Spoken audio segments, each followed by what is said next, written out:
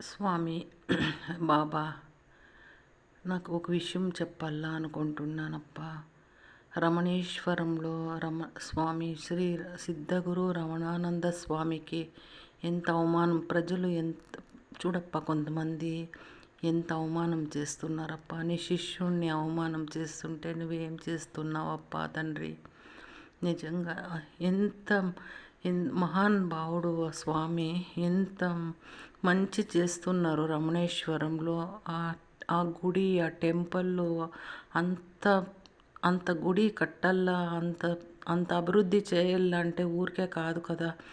40 ఏండ్ల ప్రస్థానం అది, 40 సంవత్సరాల ప్రస్థానం అది. 40 ఏండ్ల నుంచి 95 నుంచి మన స్వామి ఎంతో కష్టపడి ఇది చేస్తున్నారు.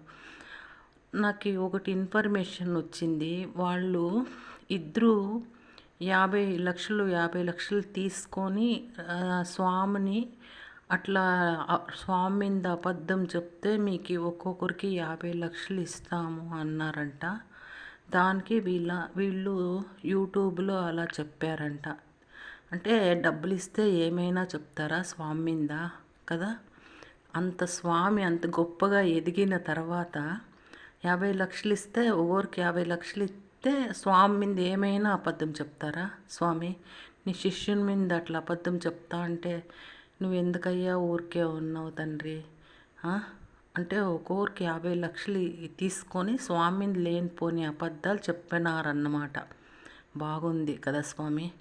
అంటే డబ్బులు ఇస్తే ఏమైనా చెప్తారు జనాలు అనేది ఇప్పుడు అర్థమైంది నాకు. లేనిపోనివన్నీ నిందలేస్తే స్వామి ఎంత బాధపడతాడప్ప. నీ శిష్యుడు ఎంత బాధపడతాడు స్వామి. లేనిపోని నిందలన్నీ వేస్తే తట్టుకోనేకైతుందా? ఒక మంచి హృదయం ఉన్న స్వామికి తట్టుకోనేకైతుందా స్వామి? ఎన్నన్నా అపనిందలా, డబ్బులు ఇస్తారు అని ఎన్నైనా అపనిందలు వేస్తారా ఎవరైనా? నిజంగా నాకైతే మనస్సు కలిచివేసింది స్వామి. నిజంగానే బాధ అనిపించింది నాకు.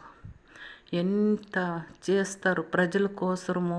యుద్ధం జరిగినప్పుడు హోమం చేశారు. ఎవరిచ్చినారప్ప డబ్బు? స్వామి సొంత డబ్బులు పెట్టుకొని హోమం చేశారు. ఎవరిచ్చినారు డబ్బులు? యుద్ధం చేసినప్పుడు మన భారతదేశం గెలవాలా అని పాకిస్తాను యుద్ధం జరిగినప్పుడు స్వామి ఖర్చు పెట్టుకొని, కోట్లకు ఖర్చు పెట్టుకొని హవనం చేశారు.